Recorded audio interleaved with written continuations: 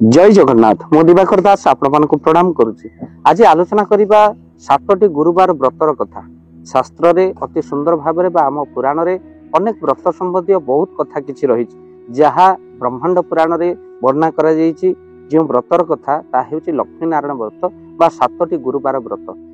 आमे माने आपण मानकु जो कथा गुडी को कहू केवल शास्त्र सम्मत बा विभिन्न पुराण रु आपण मानक आगे रखू जहाँ अनेक फल प्रदानकारी हुए कहीं व्यास रचित अष्टादश पुराण भितर ब्रह्मांड पुराण होउछन्ति अन्यतम।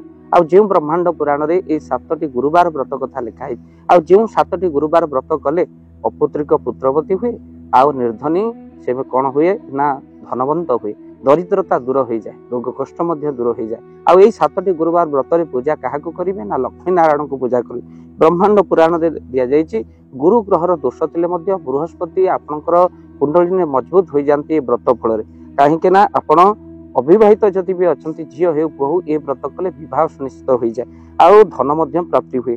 तेणु केवल पुष मास को छाड़ी यही व्रत अन्य मसरे आप आरंभ करेंगे किंतु शुक्रवार गुरुवार आप आरंभ करेंगे। कौन रही व्रतर नियम आपड़ सका उठी गंगा जल स्नान टी करूँ आ गंगा जल गुरुवार दिन आप शुक्ल पक्ष गुरुवार दिन व्रत गंगा जल स्नान करी वृंदावती जल दे सूर्य को जल अर्पण कर सारे वृंदावती जल अर्पण करेंगे।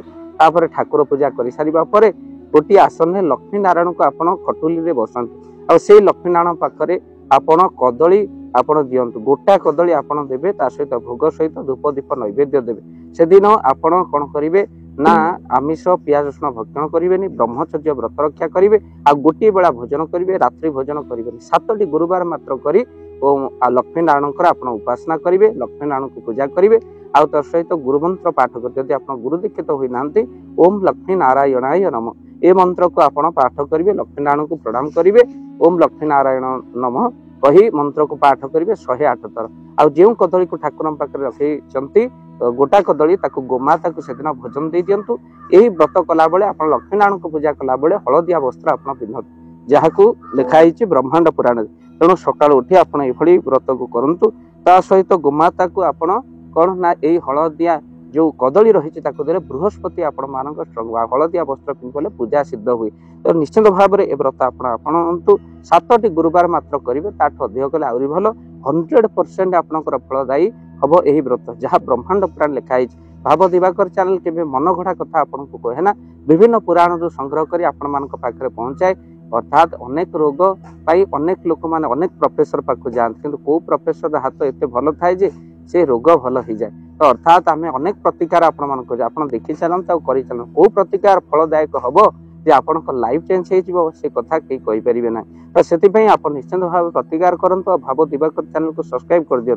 प्रत्येक पुराण व्रत कथा वीडियो माध्यम आम मैंने आपको जनाऊँ वीडियोटा को निश्चित भाव में आप शेष पर्यटन देखिले शेयर करदे कहीं आप प्रिय बंधुजन आप न करूँ जदि कहीं आपण प्रियजन गरीब निश्चित भाव में ताहा फलदायक पुण्य फल आपको निहार लगे जनकर उपकार कले आपणकर मंगल। तो ये वीडियो लिंक जब आप शेयर कर न पारे स्टाटस रखी दिंतु अन्य निहात भाव में देखिए आ जहाद्वारा से व्रत को करी निश्चिंत से फल प्राप्ति करेंगे। वीडियो को शेयर करने सहित चैनल को सब्सक्राइब कर दिखाँ। जय जगन्नाथ जय जगन्नाथ।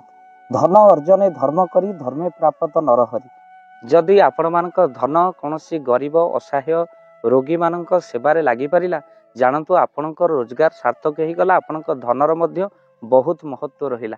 तो आज आपण माने जदि चाहूचंती आपणकर से धन महत कार्य लागू जेमिति कि आमे गोटे आम्बुलांस करिचु जो आम्बुलांस प्रतिदिन किछि असहाय रोगी मानक मेडिकल रे पहुंचाए, किछि गरीब अनाथ शिशु मानक मध्य आमे वस्त्र दान करू, किछि रोगी मानक पाखरे पहुंचू जो माने बहुत रोगरे पीड़ित से मानक पाखरे आमे किछि अर्थ आ गरीब लोक मानक सहायता प्रदान करू। ये किछि दिन पूर्व आपण माने सहयोग कले आमे मध्य किछि कंबल असहाय मानक पाखरे जाई पहुंची बांटी थिलु। आपण को कृतज्ञता ज्ञापन करने सहित जदि आप चाहूँगी आपण धन आम द्वारा कौन महत्व कार्य लागू तो स्क्रीन रे चली नंबर रे निश्चिंत आपण कॉल करंतु। आपण विवाह वार्षिक आपण पिला मानक जन्म रे श्राद्ध रे जदि आपण दान करने को चाहूँगी आपण पुओ नाम रे झील नाम रे स्त्री नाम रे निश्चिंत भाव में आपण दान करें।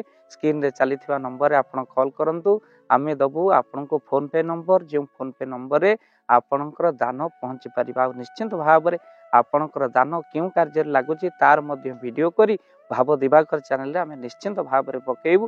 ଆପଣ ଦେଖି ନିଶ୍ଚିନ୍ତ ଖୁସି ହେବେ। ତ ଆପଣଙ୍କ ପୁଅ ଝିଅ ବିବାହ ବାର୍ଷିକ ଜନ୍ମଦିନରେ ଯଦି ଆପଣ ଚାହୁଁଛନ୍ତି ଆପଣଙ୍କର ଦାନ ମହତ କାର୍ଯ୍ୟରେ ଲାଗୁ, ତ ସେଇ ଶୁଭ ଦିନ ମାନଙ୍କରେ ଆପଣ କଲ୍ କରି ଆମକୁ ଫୋନ୍ ପେ ନମ୍ବର ମାଗିପାରିବେ। ଆଉ ଆମ୍ଭେମାନେ ଆପଣଙ୍କୁ ଫୋନ୍ ପେ ନମ୍ବର ଦେବୁ, ଯେଉଁ ନମ୍ବରରେ ଆପଣ ସହଯୋଗ ରାଶି ପଠାଇ ପାରିବେ। ନିଶ୍ଚିନ୍ତ ଭାବରେ ଆପଣଙ୍କର ଧନର ସାର୍ଥକତା ହେବ।